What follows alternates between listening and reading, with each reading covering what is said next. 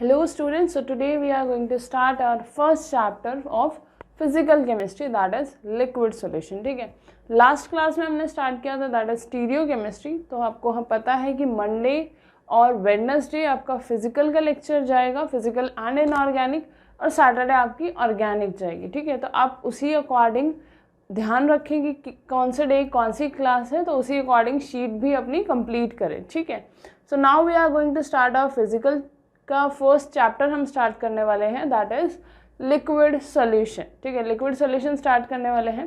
Liquid solution को एक और नाम से भी बोला जाता है, सॉल्यूशन एंड कॉलिगेटिव प्रॉपर्टी भी बोला जाता है. We also call it as solution. Liquid solution का एक और नाम है that is solution and colligative property. Solution and colligative property.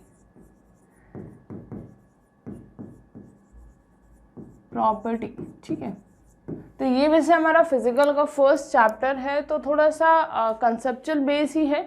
आधी चीज़ हम ऑलरेडी 11th में पढ़ चुके हैं. जैसे आपने मूल कंसेप्ट पढ़ा था कि आपको काफ़ी ज़्यादा यूज़ मिलेगा मूल कंसेप्ट का. ठीक है, तो अगर आप रिवाइज कर रखा है मूल कंसेप्ट तो वेल एंड गुड है, लेकिन हम थोड़ा सा रिविज़न मूल कंसेप्ट का यहाँ करेंगे. बेसिकली कंसंट्रेशन टर्म्स जो हमने पढ़ी थी उसका एक रिवीजन किया जाएगा, क्योंकि वो बहुत इंपॉर्टेंट पार्ट रखता है लिक्विड सॉल्यूशन के अंदर.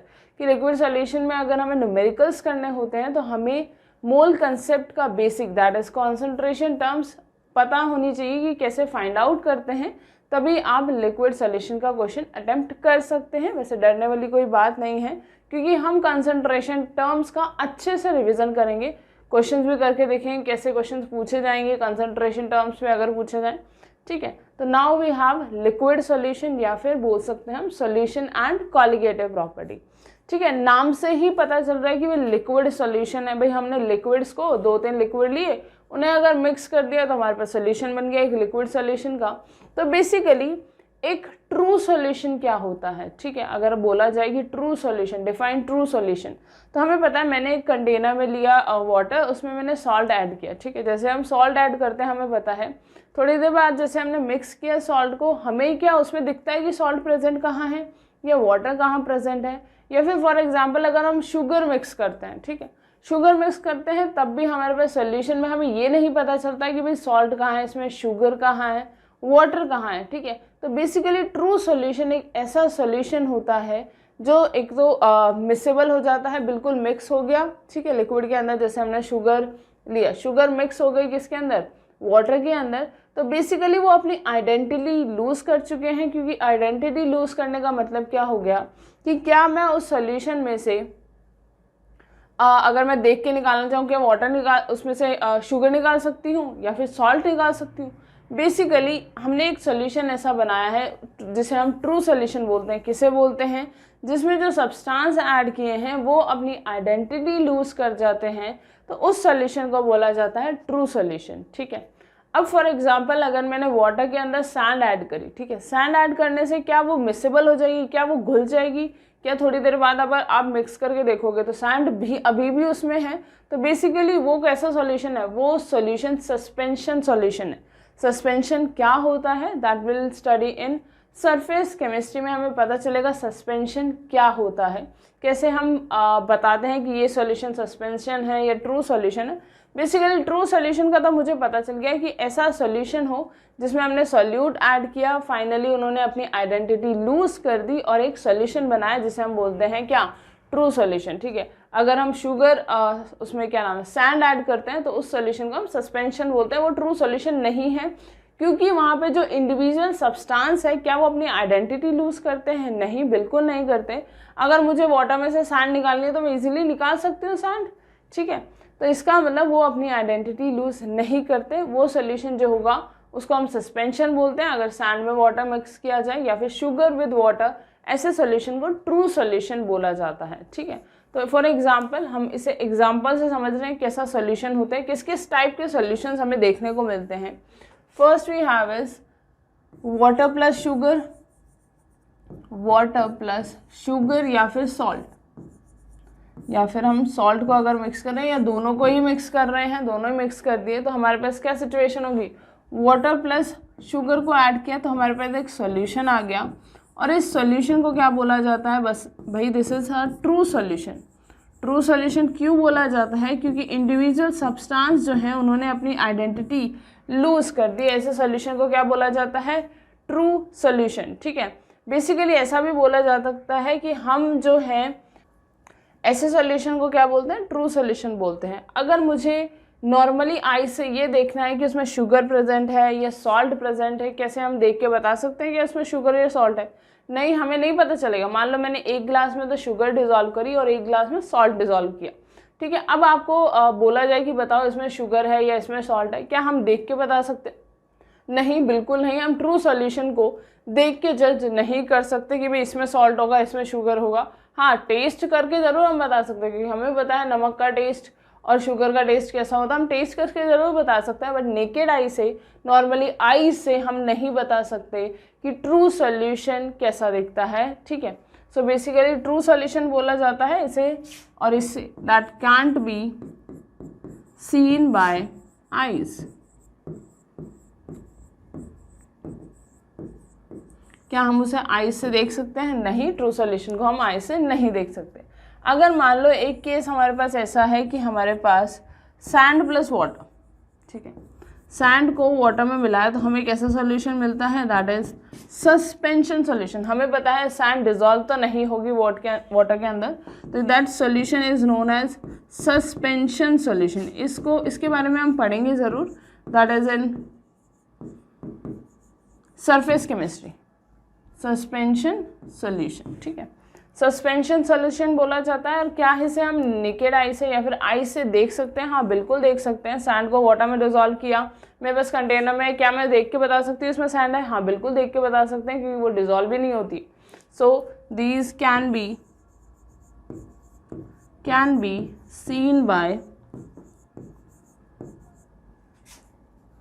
Eyes, These can be seen by eyes। क्या हम उन्हें आँखों से देख सकते हैं, हाँ बिल्कुल उन्हें आँखों से हम देख सकते हैं। तो अभी तक हमने बात की ट्रू सॉल्यूशन क्या होता है या सस्पेंशन क्या होता है। ट्रू सॉल्यूशन ऐसा सॉल्यूशन होता है जिसे हम मिक्स करने के बाद नहीं बता सकते कि भाई किसमें क्या मिक्स किया गया है।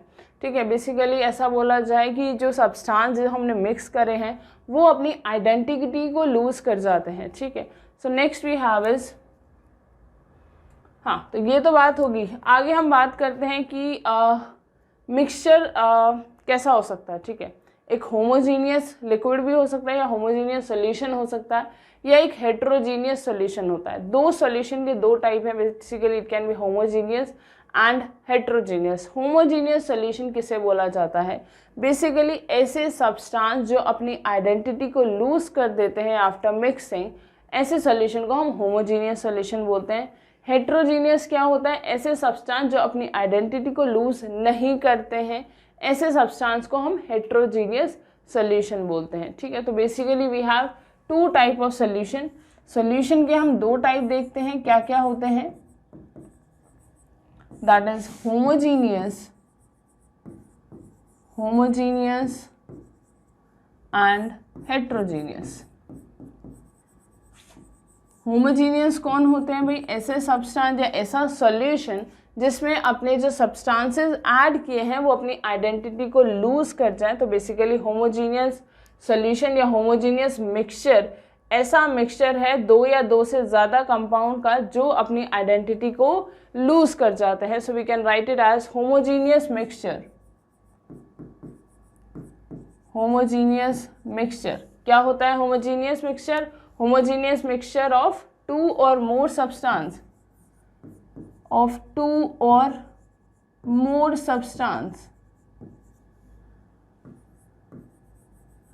homogeneous mixture of two or more substance which loses their identity,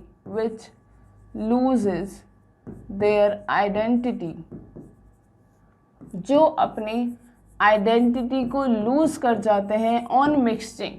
ठीक है, होमोजीनियस मिक्सचर कौन सा मिक्सचर होता है भाई, हमने दो कंपाउंड लिए, सॉल्ट भी लिया, शुगर भी लिया और वाटर भी लिया, उन तीनों को मिक्स कर दिया। अब हमारे पास पता है सोल्यूशन में हम देख के नहीं बता सकते कि इसमें शुगर है या सॉल्ट है, ना ही हम ये बता सकते हैं कि इसमें शुगर सॉल्ट क्या हमें दिख रहे हैं, नहीं, क्योंकि उन्होंने अपनी आइडेंटिटी को ही लूज कर दिया। तो होमोजीनियस मिक्सचर ऑफ टू और more substance which loses their identity, ठीक है। हेट्रोजीनियस क्या होता है, ऐसा मिक्सचर जिसमें सब्सटेंस अपने आइडेंटिटी को लूज नहीं करते हैं, ऐसे सब्सटेंस को हेट्रोजीनियस बोला जाता है। हेट्रोजीनियस मिक्सचर ऑफ टू और more substance which loses their identity, which do not lose their identity, जो अपनी आइडेंटिटी को लूज नहीं करते हैं, ऐसे मिक्सचर को क्या बोला जाता है, दैट इज हेट्रोजीनियस मिक्सचर, ठीक है। ये तो हमने बात की कि हमारे पास मिक्सचर है भाई, होमोजीनियस भी हो सकता है, हेट्रोजीनियस भी हो सकता है, ट्रू सॉल्यूशन क्या होता है, सस्पेंशन क्या होता है, ये बेसिक टर्म्स है जो हमें पता होनी चाहिए, ठीक है। नाउ वी हैव अब हम बात करते हैं कॉन्सेंट्रेशन टर्म की। बेसिकली अगर बेसिक इंट्रोडक्शन दिया जाए कि लिक्विड सॉल्यूशन में हम क्या क्या पढ़ेंगे, तो लिक्विड सॉल्यूशन के अंदर हम वेपर प्रेशर पढ़ते हैं। वैसे हम Dalton's law of gaseous state के अंदर ऑलरेडी वेपर प्रेशर के बारे में पढ़ चुके हैं, बट हम इसमें थोड़ा डिटेल में वेपर प्रेशर पढ़ते हैं, ठीक है। उसके अलावा कॉलिगेटिव प्रॉपर्टीज़ पढ़ी जाती हैं, ठीक है। वेंट ऑफ फैक्टर पढ़ा जाता है कि कैसे हम went of factor find out करते हैं, इस सॉल्यूशन के लिए कैसे फाइंड आउट करते हैं। And last we have is solubility of gases की सॉलिबिलिटी कैसे फाइंड आउट करते हैं। तो this is the basic introduction. Basic introduction अगर बात करें लिक्विड सॉल्यूशन में हम क्या पढ़ रहे हैं, सबसे पहले हम कवर करते हैं कॉन्सेंट्रेशन टर्म्स। सबसे इंपॉर्टेंट भी है कॉन्सेंट्रेशन टर्म्स, हमें कैसे, क्योंकि हमें वही बेस है लिक्विड सॉल्यूशन के फाइंड आउट करने का। तो first we are going to study about concentration term. कौन कौन सी होती है concentration term, molarity, normality, mole fraction, percentage, mass by mass, these are the concentration terms, ठीक है। तो पहले हम पढ़ेंगे कॉन्सेंट्रेशन टर्म्स।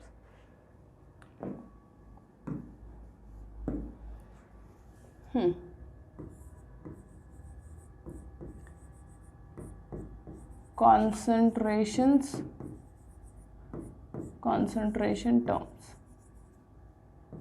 कौन कौन सी कॉन्सेंट्रेशन टर्म है भाई, हमारे पास है molarity, we have molarity, mole fraction,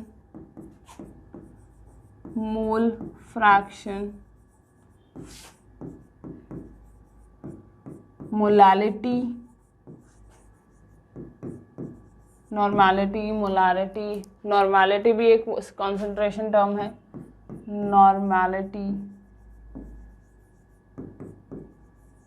ठीक है। या फिर मोल फ्रैक्शन हो गया percentage weight by weight, percentage weight by volume etcetera. These are the concentration terms we are going to study, ठीक है। एक कॉन्सेंट्रेशन टर्म हम डिटेल में पढ़ेंगे, बट उससे पहले हमें ये पता होना चाहिए कि सॉल्यूशन किससे बनता है। हमें पता है सॉल्यूशन में एक सॉल्यूट लिया जाता है और एक सॉल्वेंट ऐड किया जाता है, दोनों को मिक्स किया जाए, मतलब solute plus solvent is equals to solution. Solution basically दो टाइप का होता है। Solution is a mixture of what, solute and solvent. Solute और सॉल्वेंट के मिक्सचर को बोला जाता है भाई सॉल्यूशन।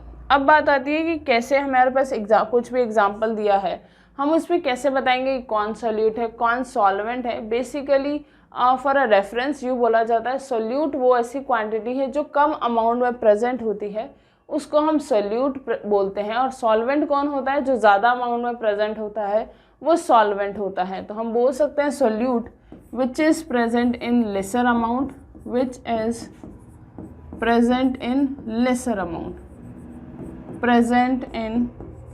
lesser amount, जो कम अमाउंट में प्रेजेंट होता है उसे हम बोलते हैं क्या, सॉल्यूट, लेसर अमाउंट, ठीक है। सॉल्वेंट कौन होता है, which is present in higher amount,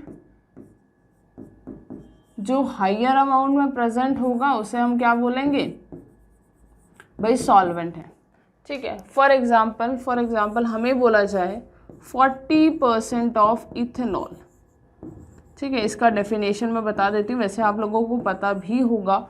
40% of ethanol का क्या मतलब है कि भाई इसमें 40% weight by weight of ethanol या फिर volume by volume of ethanol बोला जाए तो इसमें क्या है 40 ग्राम या 40 ml, या अगर इसे वॉल्यूम बाय वॉल्यूम से डिफाइन करें, चलो देखो फॉर एग्जांपल वी हैव 40%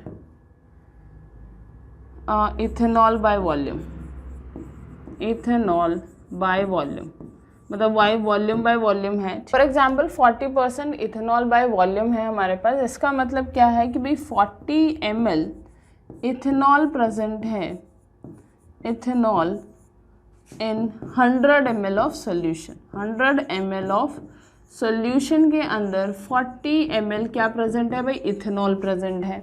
इसका मतलब 40 ml इथेनॉल है तो इसके अंदर जो सोल्यूशन कैसे बनता है, सोल्यूट प्लस सॉल्वेंट, मतलब अगर सपोज करो सोल्यूट हमारे लिए इथेनॉल है तो वो 40 ml है तो 60 ml कौन होगा, सॉल्वेंट होगा। मतलब 40 ml कम है तो ऑब्वियस सी बात है 40 ml जो कम नंबर में प्रेजेंट होता है वो कौन होता है, सोल्यूट होता है। इसका मतलब हमारे पास 40 ml इथेनॉल है जो कि सोल्यूट का काम कर रहा है और 60 ml वाटर है इसके अंदर, ठीक है। मान लो हम वाटर में डिजोल्व कर रहे हैं तो 60 ml क्या है, वाटर है इसके अंदर, तभी तो 100 ml ऑफ सोल्यूशन हुआ, ठीक है। तो we can also write it as 40 ml of ethanol जो है that is behaving as what, जो कि सोल्यूट का काम कर रहा है, ठीक है, that is behaving as a solute. इसमें सॉल्वेंट कौन है, जो 60 ml प्रेजेंट है that is water, 60 ml of water present है, वो किसका काम कर रहा है, सॉल्वेंट का। क्यों, क्योंकि हमने बोला था सोल्यूट कौन होता है, जो लेसर अमाउंट में प्रेजेंट होगा वो सोल्यूट कहलाएगा, जो ज़्यादा अमाउंट में प्रेजेंट होगा वो हमारे लिए सॉल्वेंट कहलाएगा। तो यहाँ पे इथेनॉल जो है that is behaving as a solute and water is behaving as a solvent, ठीक है। नेक्स्ट अगर एग्जाम्पल देखें, फॉर एग्जाम्पल नेक्स्ट एग्जाम्पल हमारे पास है कि 60 ml of ethanol in 40 ml of water. हमें बोला गया कि भाई 60 ml इथेनॉल को डिजोल्व किया 40 ml वाटर के अंदर। अब बताओ इसमें सोल्यूट कौन है, सॉल्वेंट कौन है। वैसे तो बोला तो यही जाता है कि यूनिवर्सल सॉल्वेंट हम किसे कंसिडर करते हैं, भाई वाटर को हम यूनिवर्सल सॉल्वेंट बोला था हमने आयनिक इक्विलिब्रियम में, आपने पढ़ा होगा कि water is a universal solvent, ठीक है। अब यूनिवर्सल सॉल्वेंट तो क्या हरदम वाटर दिखेगा तो मैं क्या उसे सॉल्वेंट बोलूँगी, क्या वो हरदम सॉल्वेंट की तरह बिहेव करेगा, नहीं, बिल्कुल नहीं।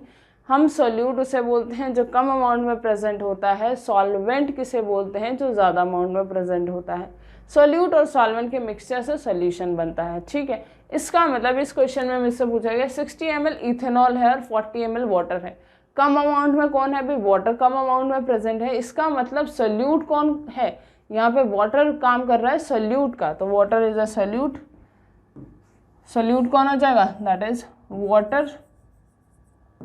सॉल्वेंट कौन होगा, इथेनॉल। सॉल्वेंट कौन है, इथेनॉल। क्यों, क्योंकि वो ज़्यादा अमाउंट में प्रेजेंट है तो it is behaving as a solvent, ठीक है। तो अब हमें ये समझ आ गया सोल्यूट कौन होगा, सॉल्वेंट कौन होगा।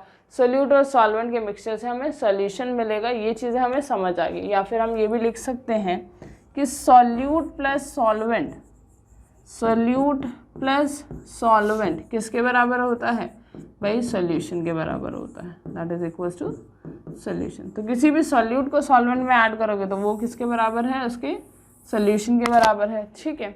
Next we have is,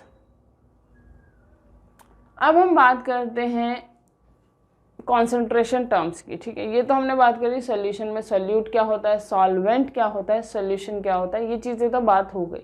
now we are going to talk about concentration terms. Concentration terms के भी दो डिवीज़न किए जाते हैं, group A and group B. Group A में क्या होता है, वॉल्यूम रिलेटेड टर्म्स होती है। बेसिकली ऐसा बोला जाता है वॉल्यूम रिलेटेड टर्म्स जो है वो टेम्परेचर पे डिपेंड करती हैं, तो ग्रुप ए के अंदर वो कॉन्सेंट्रेशन टर्म्स आती हैं जो टेम्परेचर के चेंज होने से चेंज होती हैं। ग्रुप बी में वो कॉन्सेंट्रेशन टर्म्स आती हैं जो वॉल्यूम नहीं, मास पे डिपेंड करती हैं, और मास कब हमें पता है कि टेम्परेचर पे डिपेंड नहीं करता है। So we can say basically concentration terms is divided into two part, that is group A and group B. ठीक है, now we have is concentration term. Concentration term जो कि दो पार्ट में डिवाइड किया है, that is group A and group B.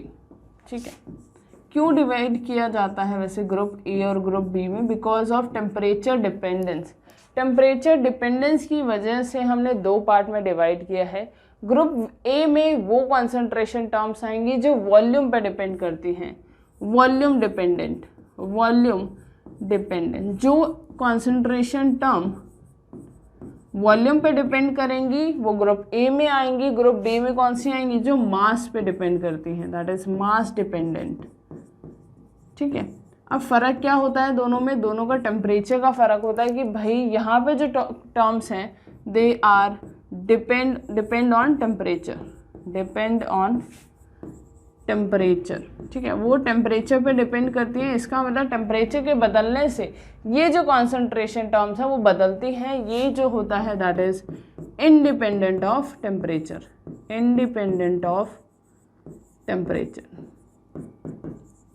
Temperature पे डिपेंड। ये कॉन्सेंट्रेशन टर्म्स जो हैं वो टेम्परेचर पे डिपेंड नहीं करती हैं। अब बात आती है ग्रुप ए में कौन कौन सी कॉन्सेंट्रेशन टर्म्स आती हैं। देखो, first we have is percentage volume by volume, second we have is percentage mass by volume,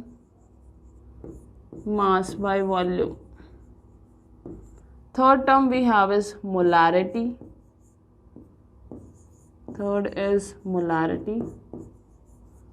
ठीक है, and last we have is normality.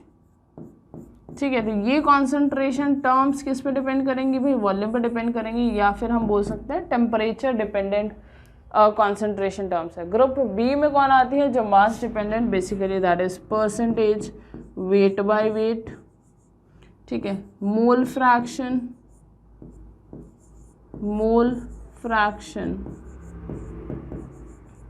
and next we have is molality and last we have is ppm, parts per million, ppm। ठीक है, तो ये concentration terms हैं जो कि हम पढ़ने वाले हैं। इम्पॉर्टेंट की बात करें तो मोलारिटी वाली कॉन्सेंट्रेशन टर्म काफ़ी इंपॉर्टेंट है, काफ़ी यूज़ भी होती है मोलारिटी, नॉर्मैलिटी भी काफ़ी यूज़ होती है। ठीक है, तो इम्पॉर्टेंट है मोलारिटी क्या होती है, कैसे हम फाइंड आउट करते हैं मोलारिटी। वैसे आपने मोल कंसेप्ट में ऑलरेडी काफ़ी क्वेश्चंस ट्राई किए होंगे, बट फिर भी हम उसे एक बार रिवाइज ज़रूर करेंगे। ठीक है, तो these are the concentration term का डिवीजन है group A, group B. Group A में कौन आ रहे हैं? जो वॉल्यूम रिलेटेड हैं, जो वॉल्यूम पे डिपेंड करते हैं, और ग्रुप बी में कौन आ रहे हैं? जो मास पे डिपेंड करते हैं। बोला जाए तो ग्रुप ए में जो है जो टेम्परेचर पे डिपेंड करते हैं, ग्रुप बी में वो जो टेम्परेचर पे डिपेंड नहीं करते। ग्रुप ए में कौन आते हैं? Molarity, normality, percentage volume by volume and percentage mass by volume. Group B में percentage mass by mass, mole fraction, molality and PPM. ठीक है, अब बात आती है कि मुझे अगर ग्रुप ए से ग्रुप बी में जाना है या ग्रुप बी से ग्रुप ए में जाना है तो मुझे एक टर्म की ज़रूरत पड़ती है, दैट इज़ डेंसिटी की ज़रूरत पड़ती है। अगर आपको डेंसिटी गिवन है तो आप मोलारिटी को मोलारिटी में कन्वर्ट कर सकते हो या नॉर्मैलिटी को मोल फ्रैक्शन में कन्वर्ट कर सकते हो। ठीक है, तो इंटर कन्वर्जन किसकी मदद से होता है? डेंसिटी की मदद से ही हो सकता है। तो अगर आपको डेंसिटी गिवन है तो आप एक दूसरे में इंटर कन्वर्ट कर सकते हो। ठीक है, तो ये चीज़ भी हम लिख लेते हैं, दैट इज नोट डाल के, note that is inter conversion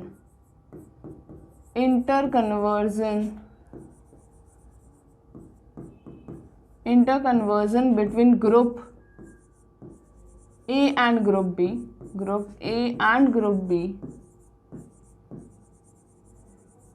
group A और ग्रुप B में इंटर कन्वर्जन किसकी हेल्प से होगा? With the help of density. Density की मदद से आप ग्रुप A की कॉन्सेंट्रेशन टर्म्स को ग्रुप बी में कन्वर्ट कर सकते हो, ग्रुप बी की कॉन्सेंट्रेशन टर्म्स को ग्रुप ए में कन्वर्ट कर सकते हो, तो इजीली कन्वर्टेबल होती हैं, ठीक है। तो फर्स्ट कॉन्सेंट्रेशन टर्म की हम बात करेंगे, दैट इज ग्रुप ए वाली, that is percentage volume by volume की बात करते हैं। देखो उसमें होता क्या है, first we have is group ए।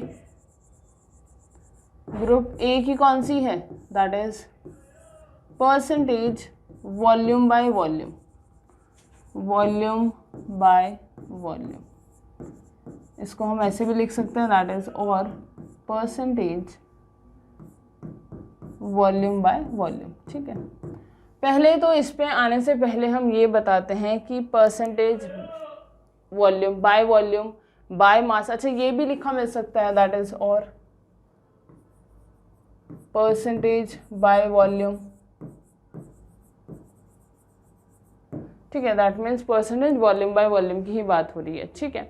देखो होता क्या है, बेसिकली ऐसा लिखा हुआ परसेंटेज वॉल्यूम बाय वॉल्यूम निकालो या फिर परसेंटेज बाय वॉल्यूम निकालो, तो किस पे डिपेंड करती है। हम इसमें बोलते हैं कि हमें अगर बोला जाए परसेंटेज बाय मास निकालना है, परसेंटेज बाय वॉल्यूम, तो हमेशा हम 100 में से बात करेंगे कि भाई 100 में से परसेंटेज है तो 100 की ही बात हो रही है, कि 100 ग्राम में से बात हो रही है या 100 ml में से बात हो रही है, दैट डिपेंड करता है कि हमसे क्या कौन सी कॉन्सेंट्रेशन टर्म पूछी है।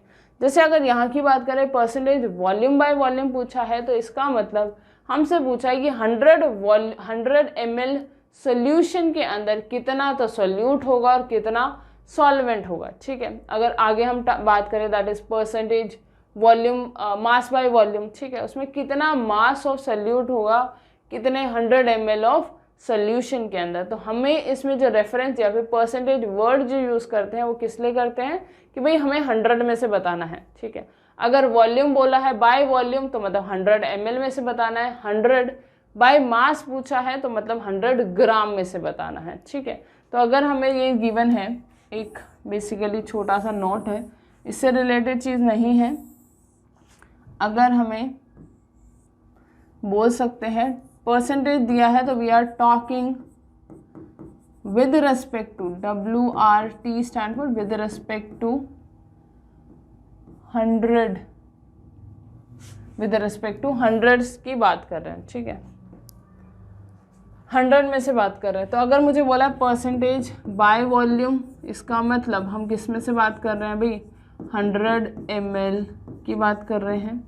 अगर परसेंटेज बाय मास दिया है तो मतलब मैं बात कर रही हूँ 100 ग्राम में से, 100 ग्राम में से, ठीक है। ये जो परसेंटेज बाय वॉल्यूम है सॉल्यूशन का ही होता है, हम देखेंगे भी आगे जाके, ठीक है। तो परसेंटेज दिया है तो मतलब हम किसके रेस्पेक्ट में बात कर रहे हैं, 100 के रेस्पेक्ट में बात कर रहे हैं। परसेंटेज बाय मास दिया है तो 100 ग्राम में से बात कर रहे हैं, परसेंटेज बाय वॉल्यूम दिया है तो 100 ml में से बात कर रहे हैं, ठीक है। Next we have is percentage volume by volume. क्या होता है, परसेंटेज वॉल्यूम बाय वॉल्यूम होता है that is volume of solute divided by volume of solution, ठीक है। कितना वॉल्यूम ऑफ सोल्यूशन कितना होगा भाई, 100 ml में से ही बात कर रहे हैं तो मतलब वॉल्यूम ऑफ सोल्यूशन जो है 100 ml होगा, ठीक है। तो परसेंटेज वॉल्यूम बाय वॉल्यूम की अगर हम डेफिनेशन की बात करें कि क्या होता है, डेफिनेशन बेसिकली बोल सकते हैं percentage volume by volume is volume of solute, volume of solute present in, volume of solute present in 100 ml of solution, 100 ml of solution में से कितना वॉल्यूम प्रेजेंट है सॉल्यूट का, ठीक है। Volume of solute present in 100 ml of solution. जैसे कि for example आपको दिया हुआ है 40% of ethanol, 40% volume by volume, volume by volume, ठीक है। 40% वॉल्यूम बाय वॉल्यूम दिया है, इसका मतलब क्या होता है कि भाई हम बात कर रहे हैं वॉल्यूम ऑफ सोल्यूट कितने में प्रेजेंट है, या फिर इसका पहले फॉर्मूला हम देख लेते हैं क्या होता है, that is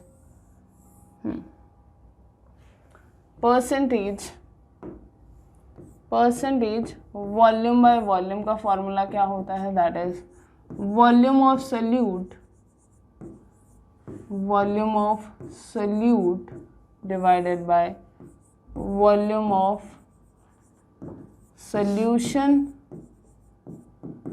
into 100. This is the percentage volume by volume. Volume of solute कितना गिवन है, वॉल्यूम ऑफ सोल्यूशन कितना है, उसे 100 से मल्टीप्लाई करेंगे तो हमारे पास क्या आ जाएगा, परसेंटेज वॉल्यूम बाय वॉल्यूम। ठीक है, इससे भी समझ आ रहा है, परसेंटेज है तो भाई 100 से मल्टीप्लाई करना है, वॉल्यूम बाय वॉल्यूम है तो वॉल्यूम ऑफ सोल्यूट ऊपर आएगा, वॉल्यूम ऑफ सोल्यूशन नीचे आएगा। ऊपर हम हरदम सोल्यूट की बात करते हैं, जैसे मास हो चाहे वॉल्यूम हो कुछ भी हो, ऊपर सोल्यूट की बात होती है, नीचे हमेशा सोल्यूशन की बात होती है। चाहे मास दे रखा हो तो भी सोल्यूशन का ही मास गिवन है, वॉल्यूम गिवन है तो वो भी सोल्यूशन का ही वॉल्यूम गिवन है। ठीक है, अब हमें पता है वॉल्यूम ऑफ सोल्यूशन कितने, हमने कितने में से बात की थी, 100 में से बात की थी, तो वॉल्यूम ऑफ सोल्यूशन 100 अगर लेंगे तो 100 से 100 कैंसिल आउट। तो बेसिकली अगर परसेंटेज वॉल्यूम बाय वॉल्यूम जो दिया है, मतलब उसका हमें उतना सोल्यूट का वॉल्यूम गिवन है। जैसे कि हमने बोला 40% of 40% volume by volume of ethanol. Ethanol का आपको 40% वॉल्यूम बाय वॉल्यूम है। इसका स्पेसिफिकली मतलब क्या होता है कि भाई अगर मैं बोल रही हूँ कि 100 में से लेना है, मतलब वॉल्यूम ऑफ सोल्यूशन कितना है, 100 ml है, अगर 100 ml वॉल्यूम ऑफ सोल्यूशन है वो तो कैंसिल आउट हो जाएगा।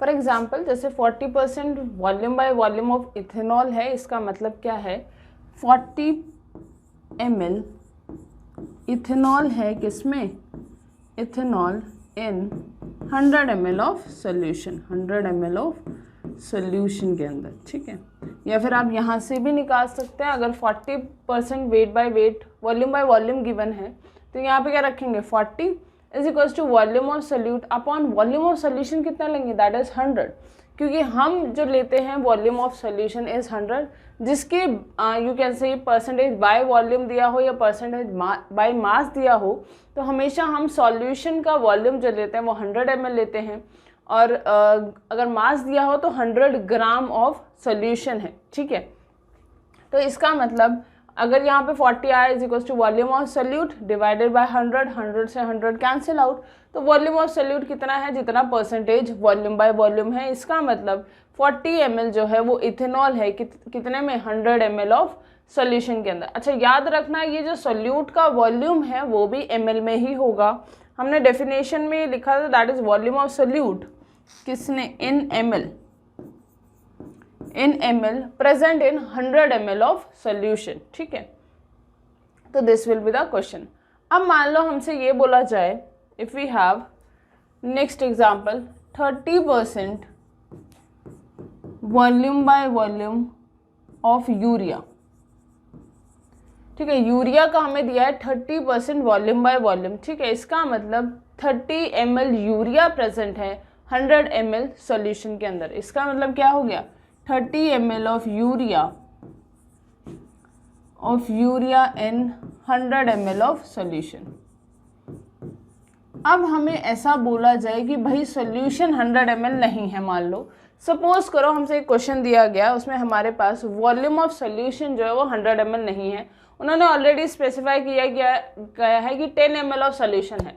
अब उसमें अगर 30% यूरिया प्रेजेंट है 10 ml के अंदर, तो कितना यूरिया प्रेजेंट होगा, कैसे फाइंड आउट करेंगे। देखो हमें पता है, देखो अगर बोला जाए हमें फर्स्ट वी हैव सेकेंड, अगर इसी का ही सब पार्ट है that is 10 ml of solution. अगर वॉल्यूम दे रखा है हमें सोल्यूशन, भाई हमारे पास 10 ml ही है और 30% उसमें volume by volume of urea है, तो अगर मैं इसमें फॉर्मूला अप्लाई करूँ, ठीक है, हमारे पास 30% वॉल्यूम बाय वॉल्यूम है is equal to what, volume of solute by volume of solution. हमें दे रखा है भाई 10 ml वॉल्यूम ऑफ सोल्यूशन है मल्टीप्लाई बाय 100। ठीक है, एक 10 से 10 कैंसिल आउट हो गया, ये 10 कहाँ आ जाएगा, नीचे आ जाएगा, तो यहाँ से वॉल्यूम ऑफ सोल्यूट कितना आएगा, volume of solute will be equals to 30/10 that is equals to 3 ml। इसका मतलब अगर टोटल वॉल्यूम ऑफ सोल्यूशन हमारा 10 ही ml है, तो उसमें से 3 ml हमारा यूरिया होगा, 3 ml ऑफ यूरिया। ठीक है, 3 ml ऑफ यूरिया। अगर हमें बोला जा रहा है कि अगर हमें स्पेसिफाई नहीं किया कि कितना वॉल्यूम ऑफ सोल्यूशन है तो हम 100 ही कंसिडर करते हैं, 100 ml ऑफ सोल्यूशन। अगर 30% volume by volume of urea बोला जाए, इसका सिंपली मतलब ये है कि 30 ml यूरिया प्रेजेंट है 100 ml ऑफ सोल्यूशन के अंदर। अगर हमें बोला जाए नहीं भाई सोल्यूशन का वॉल्यूम है 10 ml, तो अब बताओ अगर 30% volume by volume of urea होगा तो कितना प्रेजेंट होगा यूरिया, कितना मास या कितना ml प्रेजेंट होगा यूरिया का, तो क्या हो जाएगा, हम फार्मूला अप्लाई कर सकते हैं, that is 30 is equals to volume of solute by volume of solution कितना है 10 into 100, so volume of solute come out to be 3 ml of urea. इसका मतलब 10 ml के सोल्यूशन में 3 ml तो क्या है हमारा यूरिया है। तो वाटर कितना होगा, अगर हमें सॉल्वेंट नहीं बताया हुआ तो हम वाटर को नॉर्मली सॉल्वेंट कंसिडर करते हैं। तो अगर 3 ml सोल्यूट है तो इसमें सॉल्वेंट कितना होगा भाई 7 ml होगा, ठीक है। तो इसमें कितना है, that is 7 ml of water. 7 ml क्या है, वाटर है, क्योंकि हमें पता है वॉल्यूम ऑफ सोल्यूशन किसके बराबर होता है, volume of solute plus volume of solvent के बराबर होता है वॉल्यूम ऑफ सोल्यूशन। तो बेसिकली हम बोल सकते हैं वॉल्यूम जो है वो एडिटिव प्रॉपर्टी है। नेक्स्ट वी कैन से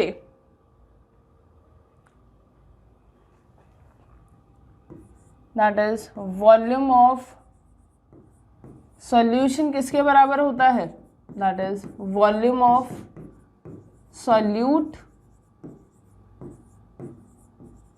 प्लस वॉल्यूम ऑफ सॉल्वेंट।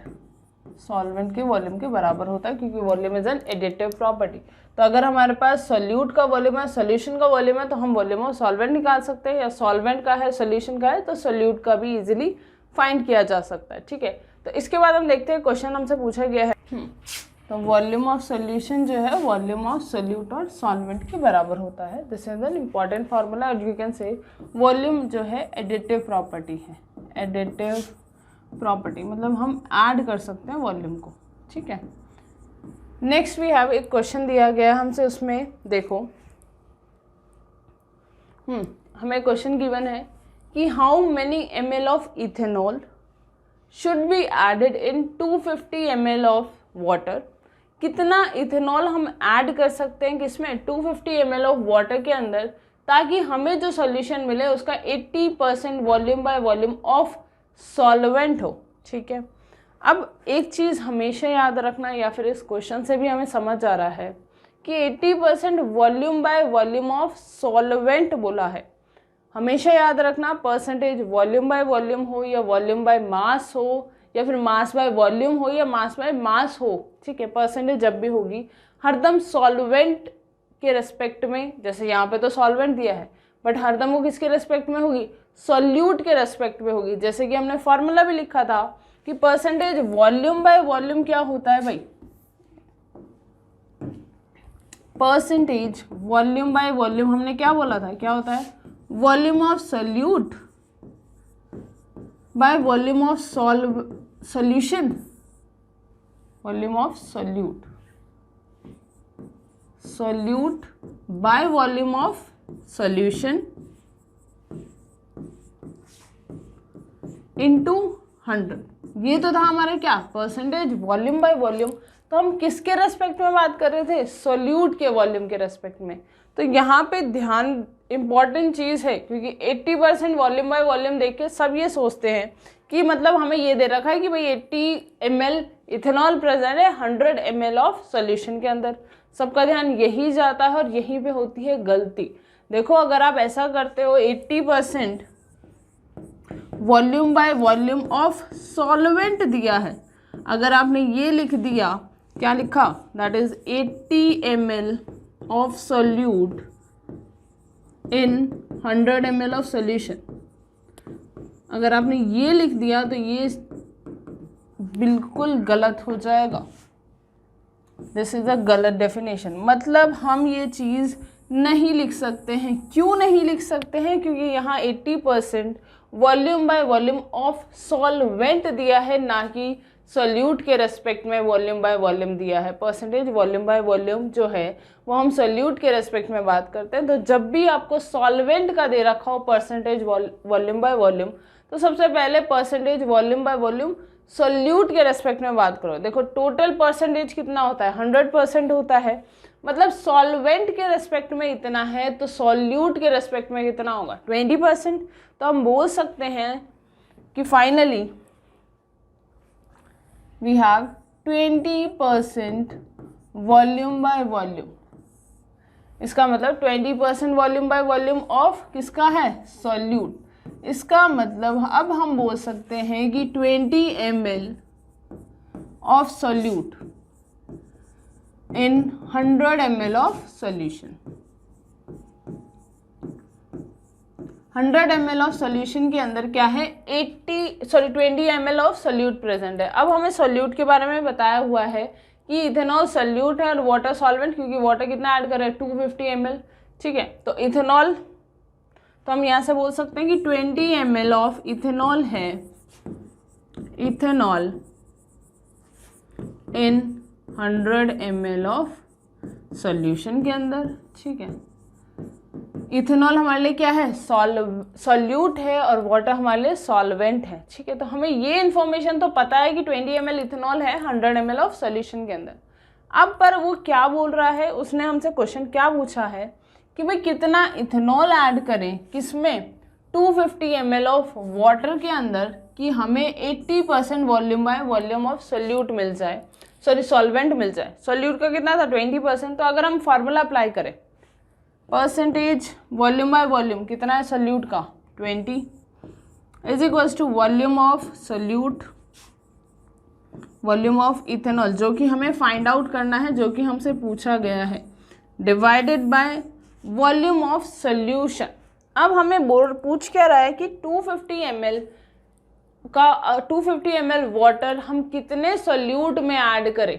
तो हम अगर सपोज करते हैं कि वॉल्यूम ऑफ सॉल्यूट हमें नहीं पता है, वो ही हमें निकालना है कि वॉल्यूम ऑफ सॉल्यूट जो है वो VmL है। Suppose we have volume of ethanol को हम क्या सपोज कर रहे हैं, VmL है, VmL प्रेजेंट है किसका, इथेनॉल का। तो टोटल वॉल्यूम ऑफ सॉल्यूशन क्या हो जाएगा भाई, वॉल्यूम ऑफ सॉल्यूट कितना है V plus volume of solvent, solvent कितना ऐड कर रहे हैं भाई, 250 ml ऐड कर रहे हैं। तो ये क्या हो गया, that is total volume of solution, V plus 250 is volume of solution. कैसे आता है वॉल्यूम ऑफ सॉल्यूशन, कैसे निकालते हैं हम, वॉल्यूम ऑफ सॉल्यूशन किसके बराबर होता है, that is volume of solvent, volume of solvent plus volume of solute, volume of solute. Water क्या है हमारे लिए, सॉल्वेंट है, और सॉल्यूट क्या है, इथेनॉल है। इथेनॉल का वॉल्यूम कितना है, V है, और सॉल्वेंट वाटर का वॉल्यूम दिया हुआ है 250 ml। अगर हम ऐड करते हैं तो सॉल्यूशन का क्या कितना हो जाएगा, 250 plus V, 250 plus V into 100, ठीक है। तो ऊपर भी हम वॉल्यूम ऑफ इथेनॉल को V लिख सकते हैं। तो क्या मिल जाएगा हमें, 20 is equals to V plus 250 this multiply by 100, ये 100 नीचे आया तो बन गया 20 by 100 is equals to V plus 250। तो ये कितना हो जाएगा, दैट इज 10 से 10 कैंसिल आउट, ये क्रॉस मल्टीप्लाई होगा, that is 10 2V plus 500 is equals to 10V। V को इधर लेके जाएंगे तो कितना हो जाएगा, 500 is equals to 8V। So volume comes out to be 500 by 8, that is कितना हो जाएगा, V is equals to 500 by 8, that means 4 250 to 125, तो 125 बाई 2,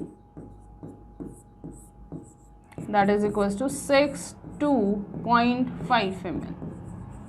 तो यहाँ से V कितना आया, 62.5 ml। इसका मतलब V था क्या, वॉल्यूम ऑफ सॉल्यूट, मतलब volume of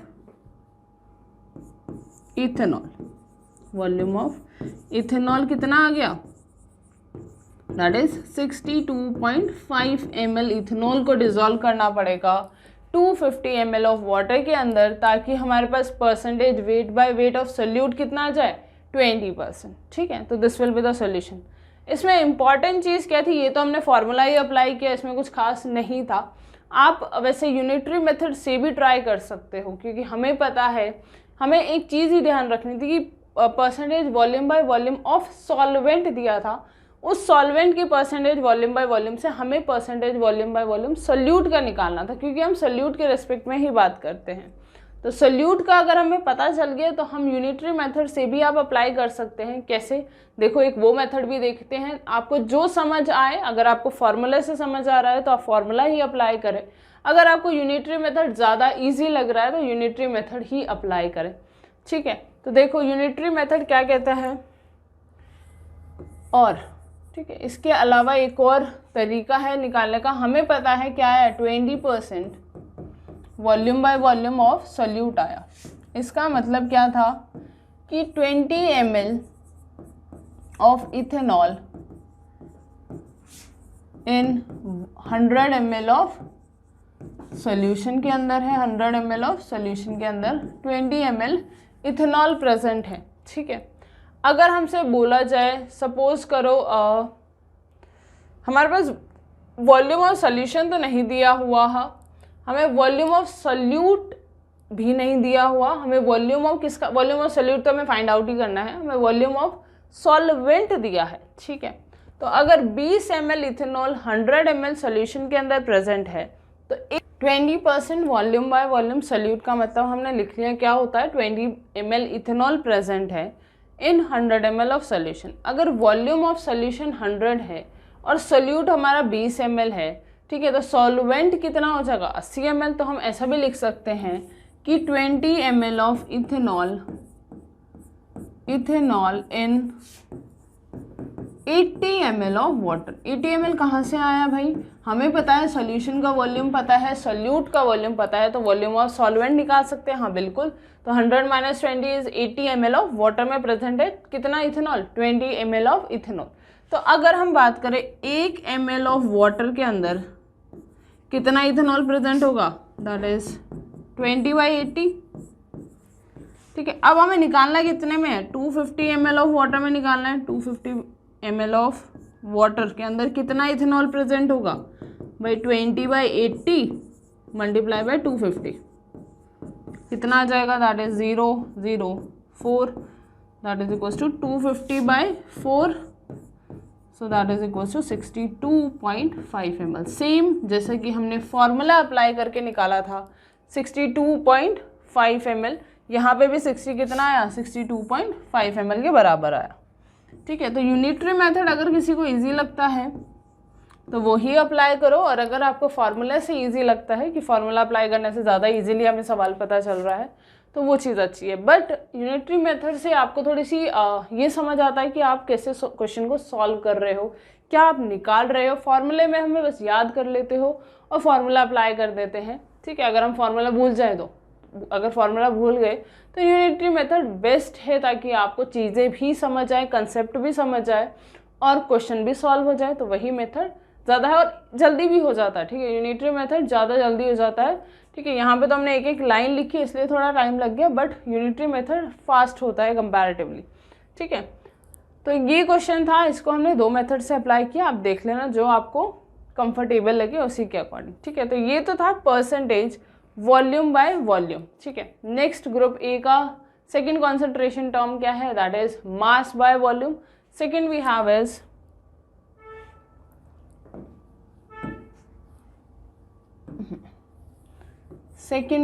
is percentage volume by mass, या फिर इसको क्या बोल सकते हैं, percentage by volume, percentage mass by volume, mass by volume, ठीक है। या फिर ऐसा लिखा मिल सकता है W/V। W/V का मतलब ही क्या है, परसेंटेज वेट बाय वॉल्यूम, ठीक है। वेट बाय वॉल्यूम में हम हमेशा रेफरेंस के लिए क्या लिखते हैं, हरदम 100 ml ऑफ सोल्यूशन में से निकालते हैं। अगर मास ही दिया है तो 100 ग्राम ऑफ सोल्यूशन है, ठीक है। हमेशा याद रखना रेफरेंस इज 100, परसेंटेज है तो 100 की ही बात कर रहे हैं। अब इसमें परसेंटेज वेट बाय वॉल्यूम, इससे हमें समझ आ रहा है वहाँ पे ऊपर क्या था वॉल्यूम बाय वॉल्यूम, तो ऊपर हमने लिया था वॉल्यूम ऑफ सोल्यूट, नीचे क्या दिया था वॉल्यूम ऑफ सोल्यूशन। यहाँ पे फ़र्क क्या आता है, ऊपर W है, मतलब हमें क्या लेना है वेट ऑफ सोल्यूट या फिर mass of solute divided by volume of solution into 100। तो बेसिकली कि इसकी अगर हम डेफिनेशन की बात करें तो क्या डेफिनेशन है इसकी, दैट इज कितना gram mass of solute, mass of solute किस में मास, ग्राम में ही मास की बात करेंगे, मास of solute in grams present in 100 ml of solution के अंदर, 100 ml ऑफ सोल्यूशन के अंदर कितना सोल्यूट प्रेजेंट है, ठीक है, वो बताता है कौन, परसेंटेज वेट बाय वॉल्यूम। अगर इसका हम फार्मूला देखें तो क्या होता है, that is percentage weight by volume is what, weight of solute, weight या फिर mass of solute, mass of solute in gram, किसके अंदर, in grams, divided by volume of solution in ml, volume of solution in ml into 100 will be the formula of percentage weight by volume का formula क्या हो जाएगा, that is mass of solute by volume of solution in ml into 100 will give you percentage weight by volume।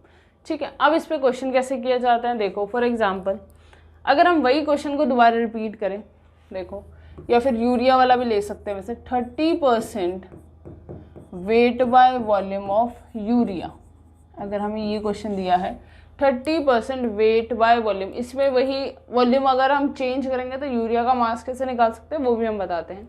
30% weight by volume of urea का मतलब ये है कि भाई 30 gram of urea in 100 ml of solution.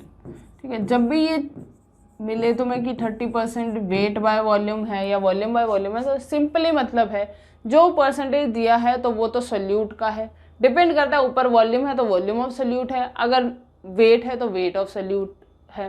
तो जैसे 30 ग्राम क्या है, यूरिया प्रेजेंट है 100 ml ऑफ सोल्यूशन के अंदर, ये तो हमने बात की 100 ml ऑफ सोल्यूशन। अगर हम बोलते कि भाई सेकेंड पार्ट वही सेम चीज़ करें कि अगर हम इन 5 ml ऑफ सोल्यूशन है, मान लो अगर हम इन 5 ml ऑफ सोल्यूशन है हमारे पास, उसमें 30% weight by weight of urea present है, वॉल्यूम ऑफ सोल्यूशन कितना है 5 ही है बस, उसमें 5 में से 30% जो है वो यूरिया है वेट बाय वॉल्यूम। तो हम बोल सकते हैं फॉर्मूला क्या था, परसेंटेज वेट बाय वॉल्यूम कितना है 30 है, is equals to mass of solute, mass of solute, volume of solution हमें बता रखा है कितना 5 ml है वॉल्यूम ऑफ सोल्यूशन इनटू 100।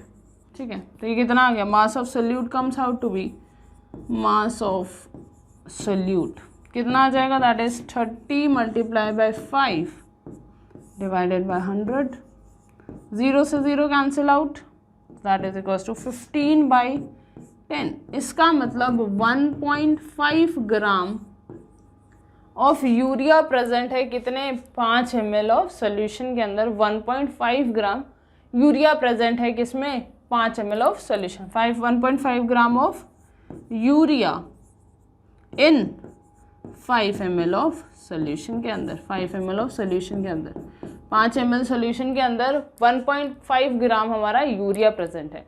तो अगर वॉल्यूम ऑफ सोल्यूशन जो है वो चेंज हो जाती है तो हम इजीली बता सकते हैं कि 30% है तो मतलब उसका 1.5 ग्राम यूरिया है 5 ml वाटर के अंदर या 5 ml सोल्यूशन जिसका भी दिया है उसका। ठीक है, नेक्स्ट वी हैव इज, ठीक है, अगर मान लो हमसे यहाँ से हमने क्या निकाला, इतना ग्राम यूरिया है कितने 5 ml ऑफ सोल्यूशन के अंदर।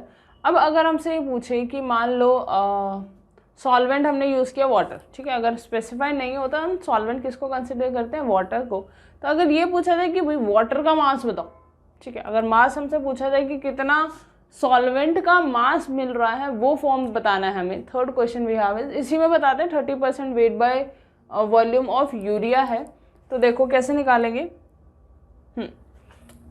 अगर हमें दे रखा है 30% weight by volume of urea. ठीक है, यही क्वेश्चन है, सेम ही है, बस इसमें हमें वेट ऑफ वाटर निकालना है, वेट ऑफ सॉल्वेंट निकालना है। तो कैसे निकालेंगे, देखो इससे हमें ये पता चल रहा है कि भाई 30 ग्राम है इन 100 ml of solution, 100 ml of solution है। क्या भाई अगर मुझे सॉल्वेंट का मास निकालना है तो क्या मैं इस 100 में से इस 30 को माइनस कर दूँ, सॉल्वेंट का मास आएगा?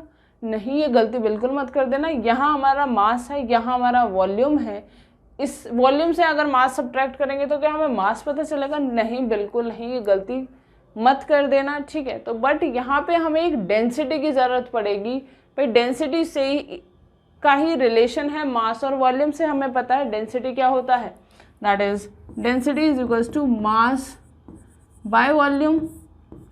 तो अगर किसी का मास हमें निकालना है तो हम डेंसिटी का यूज़ कर सकते हैं, वॉल्यूम गिवन है। अगर हमें वॉल्यूम गिवन है, मास निकालना है, तो हम डेंसिटी से, क्योंकि डेंसिटी का रिलेशन है मास बाय वॉल्यूम से। अब मुझे पता है कि वाटर अगर यहाँ पे एज अ सॉल्वेंट है, सपोज करो वाटर एज अ सॉल्वेंट है, क्योंकि वैसे भी अगर कुछ दिया नहीं है सॉल्वेंट के बारे में तो हम कंसिडर ही करते हैं water as a solvent. But यहाँ पे अगर एक्वस सॉल्यूशन लिख देते तो अंडरस्टूड ही है कि एक्वस सॉल्यूशन कब यूज़ किया जाता है, जब एक सॉल्यूट को डिसॉल्व करते हैं वाटर के अंदर, तब हम वर्ड यूज़ करते हैं एक्वस वर्ड। ठीक है, तो एक्वस वर्ड जब भी यूज़ हो रहा हो मतलब वहाँ सॉल्वेंट कौन है, वाटर एज अ सॉल्वेंट है। ठीक है, we have suppose we have aqueous solution, aqueous solution of, ठीक है, एक्वस सॉल्यूशन है। ठीक है, तो इसका मतलब डेंसिटीज, अब हमें मास बाय वॉल्यूम। ठीक है, अब हमें क्या चाहिए, मास चाहिए, किसका, मास ऑफ वाटर चाहिए। मतलब डेंसिटी पता चल जाए वाटर की, उसे हम वॉल्यूम से मल्टीप्लाई कर देंगे, किसका, वॉल्यूम का। ठीक है, तो हमारे पास क्या आ जाएगा, मास आ जाएगा। देखो अब क्या बात आती है कि now we have density of water, suppose करो हमें डेंसिटी गिवन है, that is 1.2 gram per ml। Density दे रखी है मेरे पास, किसकी, सोल्यूशन की डेंसिटी गिवन है, that is density of solution, यहाँ पे लिख लो, डेंसिटी ऑफ सोल्यूशन गिवन है जो कि हमें, that is 1.2 gram per ml। अगर हमारे पास डेंसिटी ऑफ सोल्यूशन है, वॉल्यूम ऑफ सोल्यूशन कितना, 100 ml है, तो क्या हम मास ऑफ सोल्यूशन निकाल सकते हैं? हाँ बिल्कुल। तो यहाँ से मास of solution, mass of solution कितना हो जाएगा भाई, density into volume of solution. Density कितनी है 1.2, वॉल्यूम कितना है 100 ml ऑफ सोल्यूशन है, तो it comes out to be 120 gram of solution. ये क्या आ गया हमारे पास, मास ऑफ सोल्यूशन आ गया, कितना 120 ग्राम।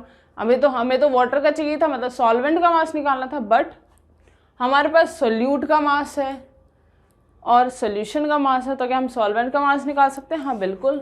हमें पता है मास ऑफ सॉल्वेंट क्या हो जाएगा, सोल्यूशन के मास से मल्टीप्लाई माइनस कर देंगे, दैट इज 120 क्या है मास ऑफ सोल्यूशन में से अगर हम मास ऑफ सोल्यूट सब्ट्रैक्ट करें, that is 30, so it comes out to be 90 gram of water या फिर 90 ग्राम ऑफ सॉल्वेंट। सॉल्वेंट का मास हमारे पास आ सकता है। तो ऐसा भी पूछा जा सकता है कि आपको भाई परसेंटेज वेट बाय वॉल्यूम दे दिए यूरिया का और पूछा जाए मास बताओ वाटर का, तो हम मास निकाल सकते हैं। ध्यान यहाँ पे क्या रखना है, डेंसिटी जो है वो सोल्यूशन की डेंसिटी होनी चाहिए। अगर वाटर की डेंसिटी होती तो, बट हमें यहाँ पे तो वॉल्यूम ऑफ वाटर कितना है वो तो नहीं पता है ना, तो हमें डेंसिटी ऑफ किसकी यूज़ कर रहे हैं, सोल्यूशन की डेंसिटी गिवन थी, तो हमने यहाँ मास किसका निकाला, सोल्यूशन का निकाला। मास सोल्यूशन का निकाल के सॉल्वेंट का भी मास हम निकाल सकते थे, that is mass of solution minus mass of solute क्या देगा हमें, मास ऑफ सॉल्वेंट। तो हमने मास ऑफ सॉल्वेंट निकाल लिया। ठीक है, तो ये तो था परसेंटेज वेट बाय वॉल्यूम। पहली क्या थी concentration term, percentage volume by volume. क्या होती है कि volume of solute in ml present in 100 ml of solution. Percentage weight by volume is mass of solute in grams present in 100 ml of solution के अंदर। Now third we have molarity and that is very much important, तो उसे ध्यान से सुनना। Molarity क्या होता है, third we have is molarity. Molarity that is represented by capital M। Molarity को हम कैपिटल M से रिप्रेजेंट करते हैं। मोलारिटी क्या होता है, basically it is the moles of solute per litre of solution. Moles of solute per litre of solution. Per litre of solution मतलब 1 litre solution में कितने मोल्स ऑफ सोल्यूट होंगे, वही उसकी क्या होती है, मोलारिटी होती है। तो अगर हम डेफिनेशन की बात करें तो इसकी डेफिनेशन क्या होती है, that is moles of solute, moles of solute present in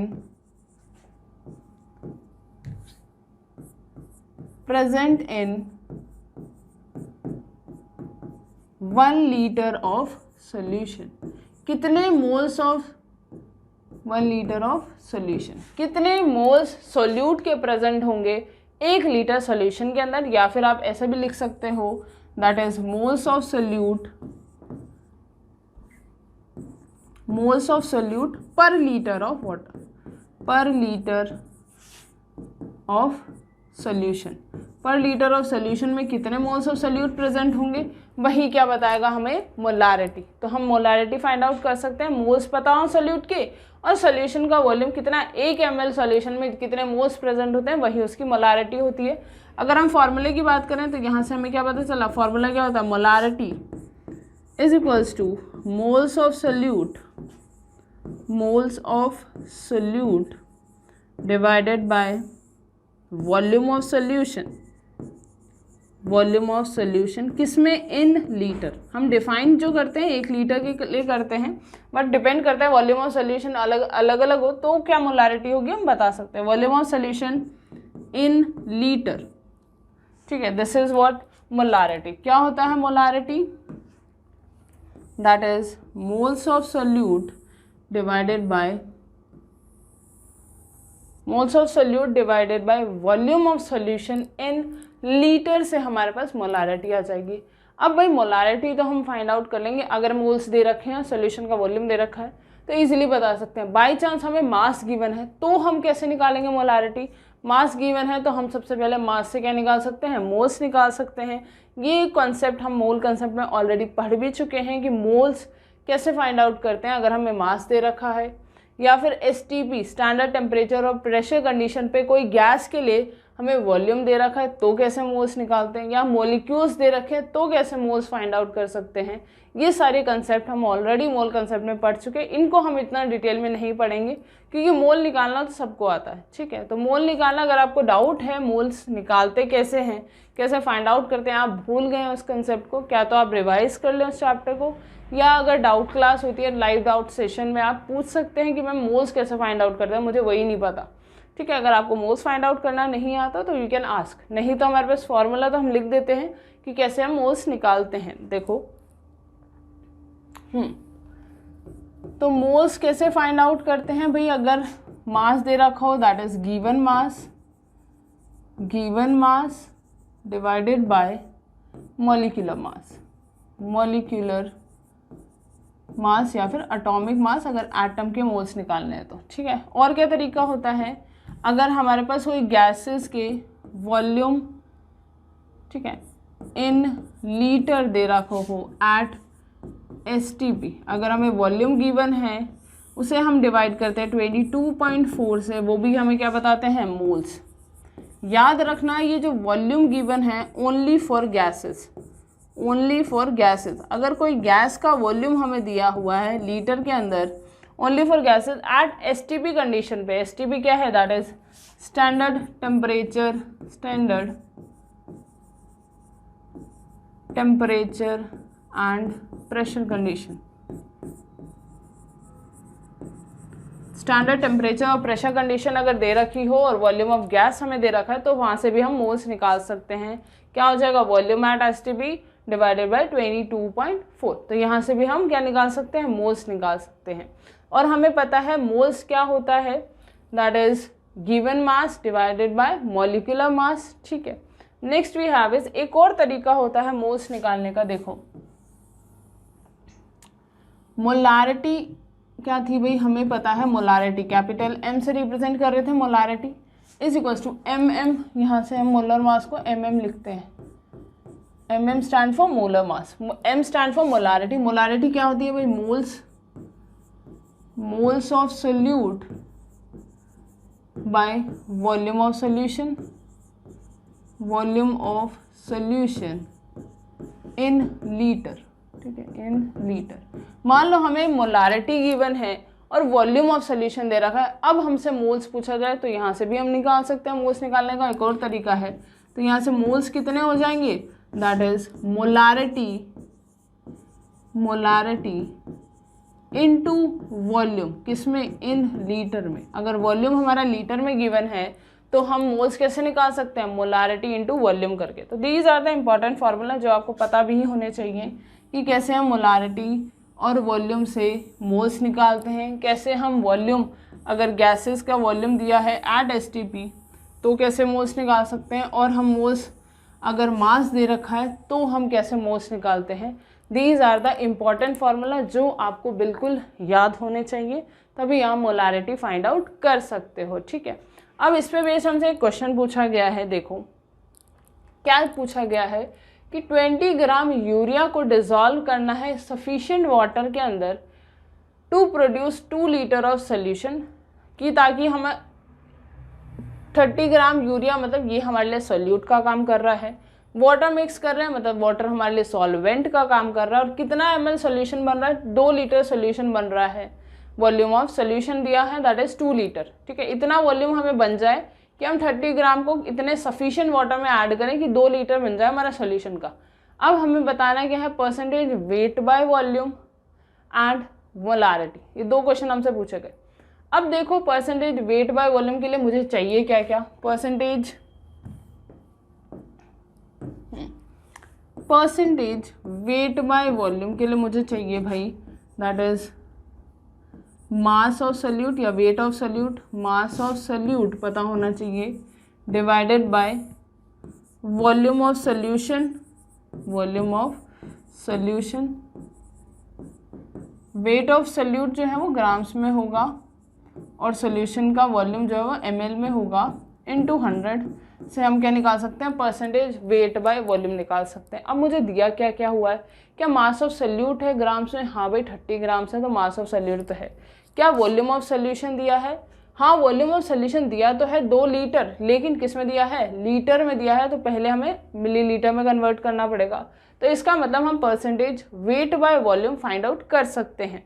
बस हमें 2 लीटर को कन्वर्ट करना है 2 मिलीलीटर के अंदर। तो क्या होता है, हमें पता है 1 litre is equal to what, 1000 millilitre, ठीक है। ये यूनिट कन्वर्जन आपको पता होने चाहिए, क्योंकि कई बार यूनिट कन्वर्जन भी हमें करना पड़ता है, तो वो चीज़ आनी चाहिए। अगर यूनिट ही नहीं कन्वर्ट कर पाए हम तो हमें क्वेश्चन आगे कैसे प्रोसीड करेंगे, ठीक है। तो आप यूनिट कन्वर्जन के लिए भी याद रखें कि किसकी ml में दिया है, लीटर में कन्वर्ट करना है, ग्राम्स में दिया है, किलोग्राम्स में दिया है, तो वो चीज़ आपको ध्यान में रखनी पड़ेगी।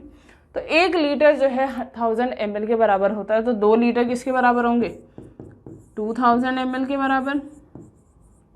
तो हमारे पास वॉल्यूम इन ml कितना आ गया, 2000, तो वॉल्यूम भी है मास भी है, क्या मैं परसेंटेज वेट बाय वॉल्यूम निकाल सकती हूँ, हाँ बिल्कुल। तो यहाँ से परसेंटेज वेट बाय वॉल्यूम कितना हो जाएगा, मास ऑफ सोल्यूट ग्राम्स में 30 ग्राम्स है, volume of solution in millilitre that is 2000 into 100, ठीक है। 0 0 0 0 कैंसिल आउट, 1 0 यहाँ से कैंसिल आउट, तो कितना आ गया ये, दैट इज 3/2, 3/2 दैट मीन्स 1.5। ये क्या आ गया, 1.5 क्या आया, that is percentage volume by weight by volume, मतलब 1.5 gram of urea is present in 100 ml of solution के अंदर, ठीक है। इससे हमें ये पता चल रहा है। तो यहाँ से हमने क्या निकाले, परसेंटेज वेट बाय वॉल्यूम तो निकाल लिया। Next we have to find out molarity, हमें निकालनी है। अब मोलारिटी के लिए मुझे पता है क्या फॉर्मूला होता है मोलारिटी का भाई, molarity is equals to moles of solute divided by volume of solution, volume of solution in liter multiply by, sorry in liter, litre में है तो मल्टीप्लाई करने की जरूरत नहीं, मोलारिटी क्या होता है, moles of solute by volume of solution. Moles of solute के लिए क्या हमें मोल्स गिवन है, नहीं भाई हमें मोल्स तो नहीं गिवन थे, बट हाँ मास जरूर दे रखा है यूरिया का। यूरिया का अगर मास पता है तो क्या मोल्स निकाल सकते हैं, हाँ बिल्कुल, अभी हमने देखा था। वी हैव द फॉर्मूला कि गिवन मास जो दे रखा है उसे मॉलिक्यूलर मास से डिवाइड करते हो मोल्स आ जाएंगे, ठीक है, तो मोल्स निकाल सकते हैं। नेक्स्ट हमें क्या चाहिए, volume of solution in litre. हाँ वॉल्यूम ऑफ सोल्यूशन तो लीटर में ही दिया हुआ है, तो हम मोलारिटी फाइंड आउट कर सकते हैं। तो सबसे पहले हमें क्या निकालना है, मोल्स निकालने हैं। तो मोल्स के लिए क्या हो जाएगा, that is given mass divided by molecular मास, ठीक है। गिवन मास कितना है 30 ग्राम, मॉलिक्यूलर मास कितना हो जाएगा, यूरिया फॉर्मूला क्या होता है, दैट इज NH2CO NH2। अब इसका फॉर्मूला अगर हम निकालें, नाइट्रोजन इज 14, तो 14 14 28, carbon is 12, oxygen is 16 plus hydrogen है 4 प्लस 4, तो कितना है 8 10 10 0 1 2 3 4 5 2 3 4 5 28 प्लस 12 प्लस 16, ये देखो कितना हो जाएगा यहाँ से 8 10, अच्छा यहाँ पे सॉरी 2 आएगा ना, तो 2 प्लस 2 4 5 एंड 6, तो it comes out to be 60 molecular mass आ गया यूरिया का। फॉर्मूला याद रखना, यूरिया इज NH2CO NH2, ठीक है। मॉलिक्यूलर मास कितना है 60, तो हम मोल्स निकाल सकते हैं, कितने आ गए 1/2 मोल्स ऑफ यूरिया। सोल्यूट के हमारे पास मोल्स आ गए, वॉल्यूम हमें गिवन था तो मोलारिटी हम निकाल सकते हैं। तो कितना हो जाएगा, molarity is equals to moles of solute कितने हैं half divided by volume of solution कितना है in litre is 2, so it comes out to be 1/2 into 2, that is equals to 1/4, that is equals to 0.025 molar. So molarity comes out to be 0.25 molar, ठीक है। Molarity को हम molar भी बोलते हैं, ठीक है, this is also known as molar, ठीक है। अगर मोलर कहीं लिखा है तो मतलब इसका मतलब है मोलारिटी हमें गिवन है। तो यहाँ से हमने क्या देखा कि हमारे पास मास दिया था यूरिया का और वॉल्यूम दिया था सोल्यूशन का, तो हमने क्या निकाला, परसेंटेज वेट बाय वॉल्यूम भी निकाल लिया और मोलारिटी भी निकाल लिया, ठीक है। Next we have is normality. Next concentration term क्या है, fourth is normality.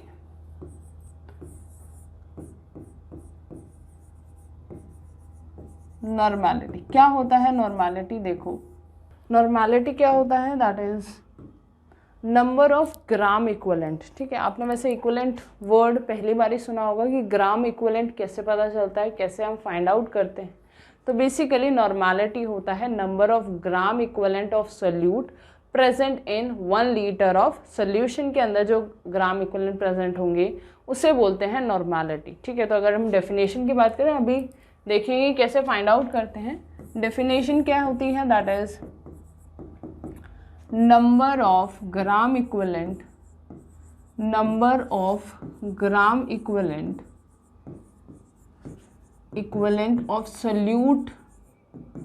of solute present in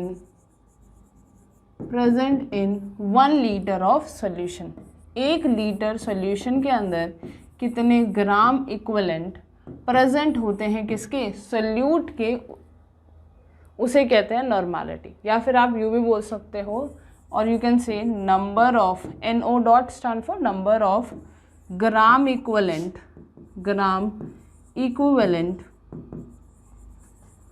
of solute per litre of solution में इसको ऐसे भी डिफाइन किया जा सकता है, that is number of gram equivalent of solute per litre of solution, या फिर number of gram equivalent present in 1 litre of solution, वही इसकी नॉर्मेलिटी होती है। अब बात आती है कि भाई नंबर ऑफ ग्राम इक्विवेलेंट कैसे निकालेंगे। अगर हम पहले इसका फॉर्मूला देखें तो फॉर्मूला क्या होता है, normality is equals to, normality is represented by capital N ना, ठीक है। Normality is equals to what, number of gram equivalent gram equivalent of solute divided by volume of solution in litre. Volume of solution जो है अगर litre में present है तो ये उसकी नॉर्मेलिटी होती है। कैसे निकाली normality? That is number of gram equivalent of solute present in 1 litre of solution. क्या बताता है हमें? नॉर्मेलिटी। ठीक है, तो अब बात आती है कि ma'am number of gram equivalent कैसे निकालेंगे हम? क्या तो अगर हमें नॉर्मेलिटी दे रखी है और वॉल्यूम ऑफ सोल्यूशन दे रखा है तो हम यहीं से भी निकाल सकते हैं नंबर ऑफ ग्राम इक्विवेलेंट। कितना हो जाएगा? That is normality into volume of solution. So next we have is number of gram equivalent. Gram equivalent कैसे निकालेंगे हम? Of solute is equal to what? Normality into volume of solution multiply by volume of solution in liter of solution in liter। अगर हमें volume दे रखा है और normality दे रखी है तो हम नंबर ऑफ ग्राम इक्विवेलेंट निकाल सकते हैं। ठीक है, next we have is number of gram equivalent. और क्या तरीका होता है? दैट इज एक और तरीका होता है number of gram equivalent. Gram equivalent कैसे निकाला जाता है? दैट इज मोलर मास या फिर मास, मोलर मास नहीं, mass of species, mass of substance या फिर मास ऑफ सोल्यूट बोल सकते हैं। मास of solute divided by equivalent weight, divided by what? Equivalent weight या इक्विवेलेंट मास। Equivalent mass. अब बात आती है कि इक्विवेलेंट मास कैसे निकाला जाता है? भाई हमें पता है नंबर ऑफ ग्राम इक्विवेलेंट का फॉर्मूला होता है मास of solute, given mass of solute. जो हमें मास गिवन है उसका सोल्यूट का डिवाइडेड बाय इक्विवेलेंट मास करेंगे तो हमारे पास नंबर ऑफ ग्राम इक्विवेलेंट आ जाएंगे। बट बात ये आती है कि इक्विवेलेंट मास कैसे फाइंड आउट करते हैं? तो इक्विवेलेंट मास को भी निकालने का एक तरीका होता है। Equivalent mass is equals to, equivalent mass कैसे निकाला जाता है? मोलर मास, मोलर मास या फिर molecular mass, molecular mass divided by what? N factor. किससे डिवाइड करते हैं? एन फैक्टर से अगर हम डिवाइड करते हैं तो वहाँ पे हमारे पास क्या आ जाता है? इक्विवेलेंट मास निकाल सकते हैं। कैसे? Molar mass divided by n factor से हमारे पास इक्विवेलेंट मास आ गया। तो नंबर ऑफ ग्राम इक्विवेलेंट निकालने का तरीका होता है given mass divided by molecular mass by n factor will give you number of gram equivalent. तो हम क्या निकाल सकते हैं? नॉर्मेलिटी निकाल सकते हैं। या फिर अगर आपको एक और तरीका होता है, एक फॉर्मूला और होता है नॉर्मेलिटी निकालने का। क्या होता है देखो, तो बेसिकली ये 3 फार्मूला हमें याद होने चाहिए। ये तो नॉर्मेलिटी वाला ही फार्मूला है, इसमें तो कोई ऐसा चेंज नहीं है। That is normality into volume of solution. Next we have is number of gram equivalent कैसे निकालते हैं? Given mass divided by equivalent mass से हम नंबर ऑफ ग्राम इक्विवेलेंट निकालते हैं। अब बात आती है इक्विवेलेंट मास कैसे निकाला जाता है? भाई इक्विवेलेंट मास के लिए हमें क्या चाहिए? Molar molecular mass divided by n factor. अब बात ये आती है एन फैक्टर कैसे निकाला जाता है? तो वैसे एन फैक्टर की कैलकुलेशन आगे हम देखेंगे कैसे हम एन फैक्टर निकालते हैं, कैसे हम नॉर्मेलिटी निकालते हैं। अभी हमसे क्वेश्चन ऐसे पूछे जाते हैं, हमें मोलारिटी दे रखी है या फिर आपको ऑलरेडी एन फैक्टर गिवन है, तो कैसे क्वेश्चन पूछे जाएंगे? देखो एक और रिलेशन होता है मोलारिटी और नॉर्मेलिटी का। क्या होता है वो देखो, एक सेकेंड ना। तो अभी तक हमने क्या क्या 3 कॉन्सेंट्रेशन टर्म पढ़ ली। पहली परसेंटेज वॉल्यूम बाय वॉल्यूम, दूसरी परसेंटेज वेट बाय वॉल्यूम, तीसरी मोलारिटी, अच्छा चौथी नॉर्मेलिटी भी ऑलमोस्ट पढ़ ही ली। तो ग्रुप ए की जितनी भी कॉन्सेंट्रेशन टर्म थी सारी हो गई हमारी। बस एक रिलेशन रहता है, that is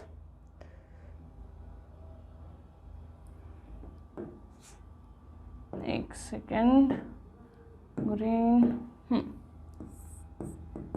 liquid solution.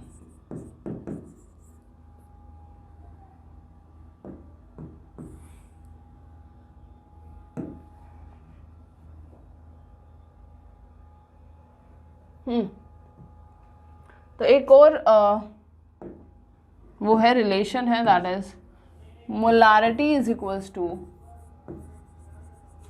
Sorry normality is equals to, normality is equals to, normality जो है वो किसके बराबर होती है, मोलारिटी इंटू एन फैक्टर के बराबर, मोलारिटी इंटू एन फैक्टर के बराबर होती है कौन, नॉर्मेलिटी। तो अगर आपको एन फैक्टर पता है और मोलारिटी गिवन है और हमसे पूछा जाए नॉर्मेलिटी निकालो तो हम इजीली निकाल सकते हैं। ये फॉर्मूला भी इम्पॉर्टेंट होता है नॉर्मेलिटी निकालने के लिए।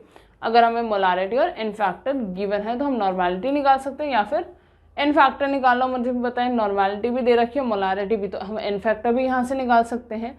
This is an important formula, ठीक है। तो ये तो हमने बात की ग्रुप ए में जितनी कॉन्सेंट्रेशन टर्म्स आती है। Now we talk about group B की concentration term. First concentration term is percentage weight by weight. Second we have, now we have is group B. Group B की concentration terms की अगर हम बात करें, first we have is percentage weight by weight, ठीक है, या फिर यूँ बोल सकते हैं, और you can say percentage by mass या परसेंटेज बाय वेट, ठीक है। परसेंटेज बाय मास अगर दे रखी हो तो ये तो वही चीज़ है जो हम ऑलरेडी देख चुके हैं कि क्या होता है परसेंटेज वेट बाय वेट का क्या मतलब है कि वेट ऑफ सोल्यूट किसमें, ग्राम्स में कितना प्रेजेंट होगा solution divided by weight of solution के अंदर इनटू 100, ठीक है। वही है परसेंटेज बाय मास का मतलब है 100 ग्राम ऑफ सॉल्यूशन है आपके पास, उसमें कितना सोल्यूट प्रेजेंट है वो कौन बताता है, percentage weight by wait. So percentage सीधा हम डेफिनेशन अगर लिखें इसकी तो डेफिनेशन क्या हो जाएगी, that is mass of solute, mass of solute किसमें, ग्राम्स में, in grams, in grams present in 100 gram of solution. 100 gram of solution के अंदर कितने ग्राम प्रेजेंट होंगे सोल्यूट के, वही क्या होता है परसेंटेज वेट बाय वेट, ठीक है। अगर हम फार्मूला देखें तो कैसा फार्मूला हो जाएगा, percentage weight by weight is equals to weight of solute या mass of solute, mass of solute in grams divided by mass of solution, mass of solution. अच्छा यहाँ पे हम लिख भी सकते हैं, हाँ 100 ग्राम ही लिखा है ना, ठीक है। मास ऑफ सोल्यूशन वो भी किसमें, इन grams multiply by 100 will give you what, percentage weight by weight. Percentage weight by wait निकालने का तरीका क्या आ गया, that is mass of solute divided by mass of solution, दोनों किस में होने चाहिए, ग्राम्स में होंगे, मल्टीप्लाई बाय 100 से हमें क्या पता चल जाएगा, percentage weight by wait. For example अगर हम वही ले 30% या 40% कर देते हैं इसे, 40% weight by weight of urea, wait by weight of urea present है हमारा 40%। इसका मतलब सिंपली ये है कि 40 ग्राम जो है यूरिया प्रेजेंट है, urea is present in 100 gram of water, sorry 100 gram of solution के अंदर 40 ग्राम यूरिया प्रेजेंट है 100 ग्राम ऑफ सोल्यूशन के अंदर, that is 40% weight by weight of urea दे रखा है। तो इसका मतलब 40 ग्राम यूरिया प्रेजेंट है 100 ग्राम ऑफ सोल्यूशन के, ठीक है। तो अगर मान लो हमें बोले कि 10 ग्राम सोल्यूशन का ही है तो कितना यूरिया प्रेजेंट होगा, तो हम कैसे निकाल सकते हैं, देखो अगर हमें सेकेंडली ये बोला जाए 10 ग्राम ऑफ सोल्यूशन के अंदर 10 ग्राम of solution, find mass of solute, mass of solute कितना सोल्यूट मतलब कितना यूरिया प्रेजेंट है वो हमें बताना है। इसी का ही सेकेंड क्वेश्चन है, देखो 10 ग्राम ऑफ सोल्यूशन है, हमें पता है percentage weight by weight, percentage weight by wait क्या होता है, वेट ऑफ सोल्यूट या mass of solute in gram, gram में वेट प्रेजेंट हो divided by weight of solution या mass of solution in grams multiply by 100, ये क्या बताएगा हमें, that is percentage weight by weight. अब वेट ऑफ सोल्यूट हमें फाइंड आउट करना है। परसेंटेज वेट बाय वेट हमें दे रखा था 40%, ठीक है, तो 40% वेट बाय वेट दे रखा है। वेट ऑफ सोल्यूट हमें फाइंड आउट करना है, वेट ऑफ सोल्यूट तो हमें निकालना है। सोल्यूशन का वेट भी दिया हुआ है कितना, 10 ग्राम है, मल्टीप्लाई बाय 100, ठीक है, 0 से 0 कैंसिल आउट, ये 10 कहाँ गया डिनोमिनेटर में, that means wait of solute या फिर वेट ऑफ यूरिया कितना आ गया, यूरिया या फिर आप क्या बोल सकते हैं सोल्यूट कितना आया, that is 4 gram.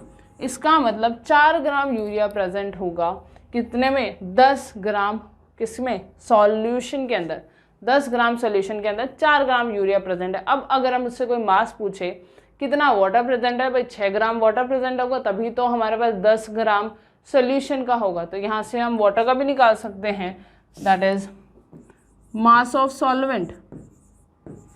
Mass of solvent कितना है भाई, mass of solution that is 10 minus mass of solute 4 ग्राम है, तो मतलब 6 ग्राम हमारे पास क्या है, 6 ग्राम ऑफ वाटर प्रेजेंट है। तो हम वाटर का क्या निकाल सकते हैं, यहाँ से डायरेक्ट मास निकाल सकते हैं, ठीक है। तो this is what percentage weight by weight, ठीक है। नेक्स्ट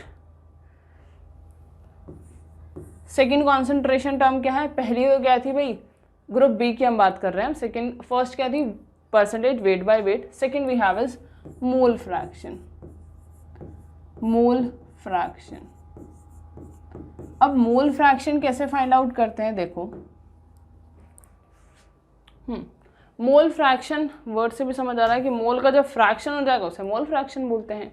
मान लो हमारे पास 2 सोल्यूट प्रेजेंट है, ठीक है, हाँ ठीक है, कंसिडर कर रहे हैं हम मास, हमें मोल्स गिवन है, हमें मोल फ्रैक्शन निकालना है, किसका, सोल्यूट का निकालना है, सॉल्वेंट का निकालना है, या सोल्यूशन किसी का भी हम निकाल सकते हैं। कैसे, हमें पता है एक सोल्यूशन जो है वो किसका बना होता है भाई, solution is made up of what, solute and solvent.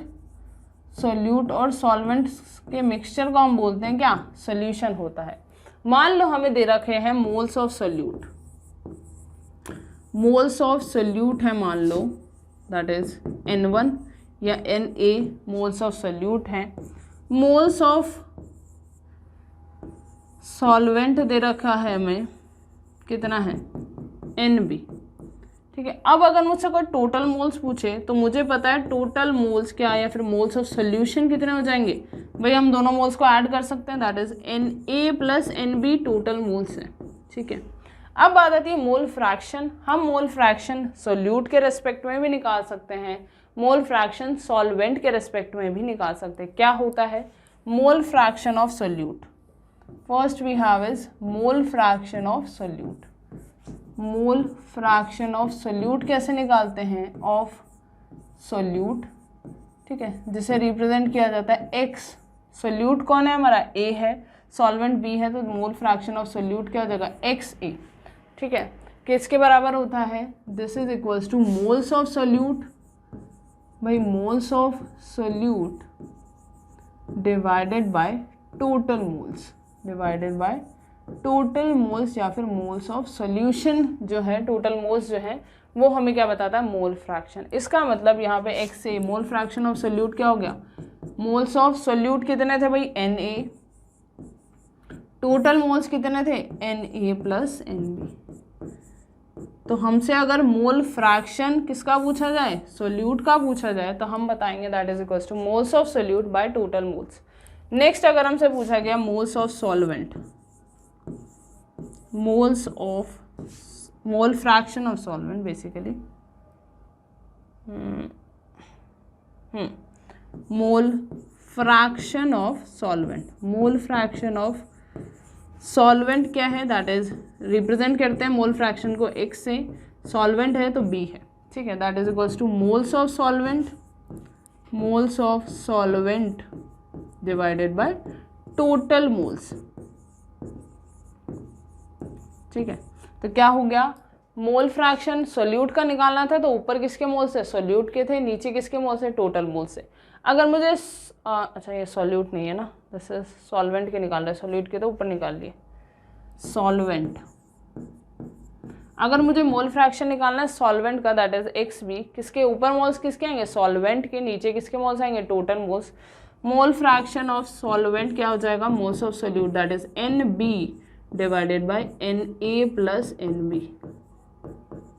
ठीक है, तो मोल फ्रैक्शन हमारे पास सोल्यूट का भी आ गया, सॉल्वेंट का भी आ गया। अब अगर हमसे पूछा जाए मोल फ्रैक्शन ऑफ सोल्यूशन कितना होगा, तो मोल फ्रैक्शन ऑफ सोल्यूशन 1 के बराबर होता है। कैसे होता है आप देख भी सकते हो, देखो मोल fraction of solution, mole fraction of solution किसके बराबर हो गए भाई, मोल fraction of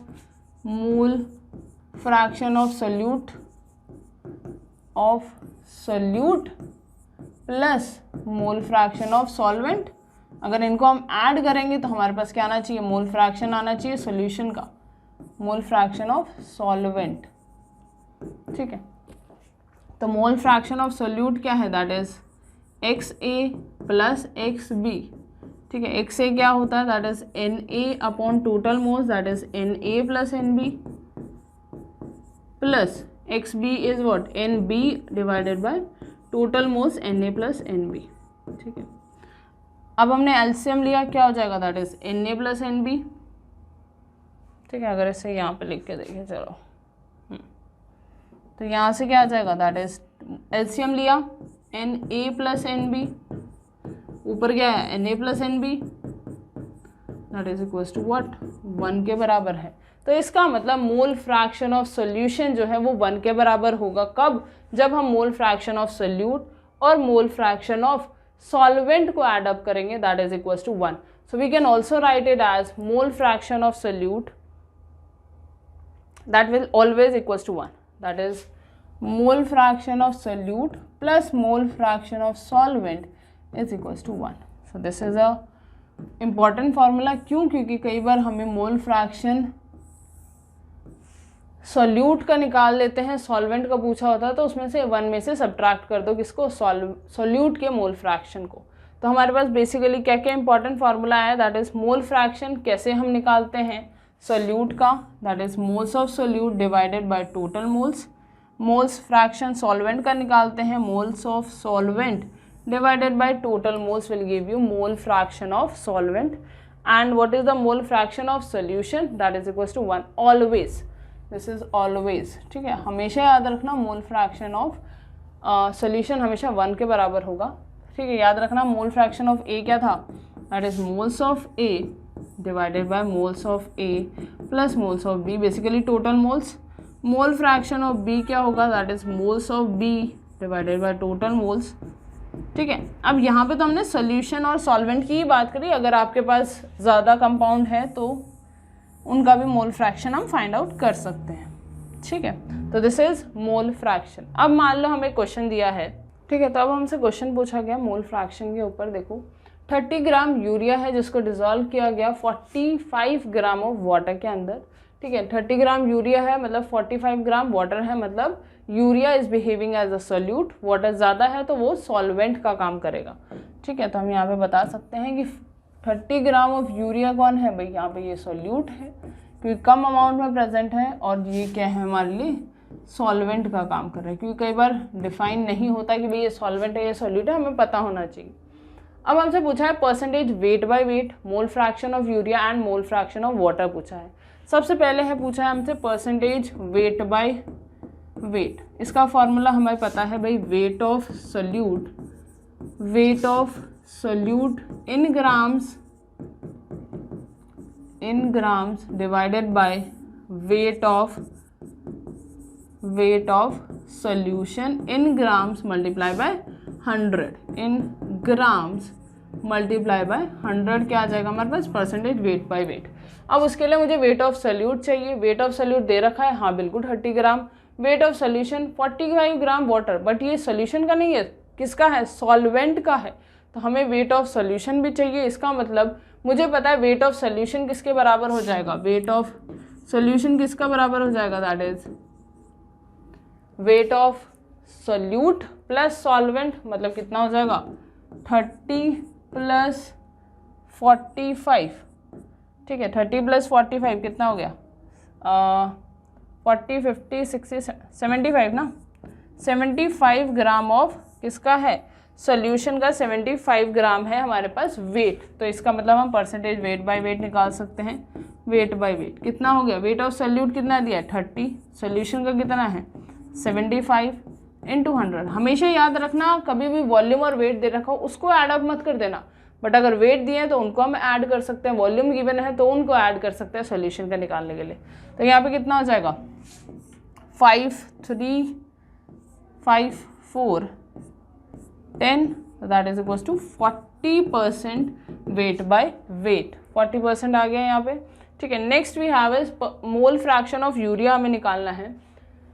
mole fraction of urea, तो हमें पता है उसके लिए हमें क्या चाहिए, moles of urea divided by total moles, ठीक है। मतलब यूरिया प्लस वाटर के चाहिए, मोल्स फ्रैक्शन हमें किसका निकालना है, वाटर का निकालना है। तो हमें पता है मोल्स हमें किसके चाहिए, वाटर के चाहिए, डिवाइडेड बाय टोटल मोल्स, ठीक है। मोल्स ऑफ यूरिया कैसे निकालेंगे, हमें मास गिवन है, कितना मास है भाई, मोल्स ऑफ यूरिया कैसे आ जाएगा, मोल्स ऑफ यूरिया कैसे आएगा, that is given mass divided by total molecular mass. Given mass कितना है 30 ग्राम यूरिया का है, हमें पता मॉलिक्यूलर मास अभी हमने फाइंड आउट किया था कितना होता है 60, तो moles of urea come out to be 1/2, ठीक है। मोल्स ऑफ वाटर कितने हो जाएंगे, moles of water that is equals to given mass कितना है, वाटर के लिए मास कितना दिया है 45 ग्राम ऑफ वाटर है, that is 45, molecular mass is 18, so it comes out to be 5 40 8 9 हाँ 3 6 3 1 एंड 5 15/6 3 से फिर जाएगा, दैट इज 5 एंड 2, तो दैट इज 5/2 मोल्स किसके आगे, वाटर के आगे, और 1/2 मोल्स किसके आगे, यूरिया के आगे। तो हम टोटल मोल्स निकाल सकते हैं। टोटल मोल्स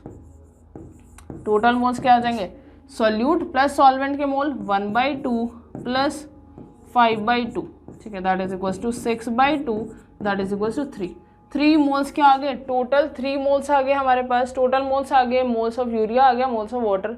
तो क्या हम मोल फ्रैक्शन निकाल सकते हैं, हाँ बिल्कुल। तो मोल फ्रैक्शन ऑफ यूरिया क्या हो जाएगा, मोल्स ऑफ यूरिया कितने थे 1/2 डिवाइडेड बाय टोटल मोल्स कितने थे, दैट इज 3, तो it comes out to be 1/6 mole fraction of urea. Mole fraction of water अगर हमें निकालना है, वैसे हम एक तरीका और है कि हमें पता है सॉल्यूशन का मोल फ्रैक्शन 1 होता है, उसमें से अगर मैं मोल फ्रैक्शन ऑफ यूरिया सब्ट्रैक्ट करूं तो वो किसके बराबर आ जाएगा, मोल फ्रैक्शन ऑफ वाटर के, ठीक है। तो 1 - 1/6, so it comes out to be 5/6। या फिर हम यहाँ से भी निकाल सकते हैं, कैसे तरीका था, that is mole fraction of water कैसे निकालना है, मोल्स ऑफ वाटर कितना है 5/2 bye total moles that is 3, so it comes out to be 5/6।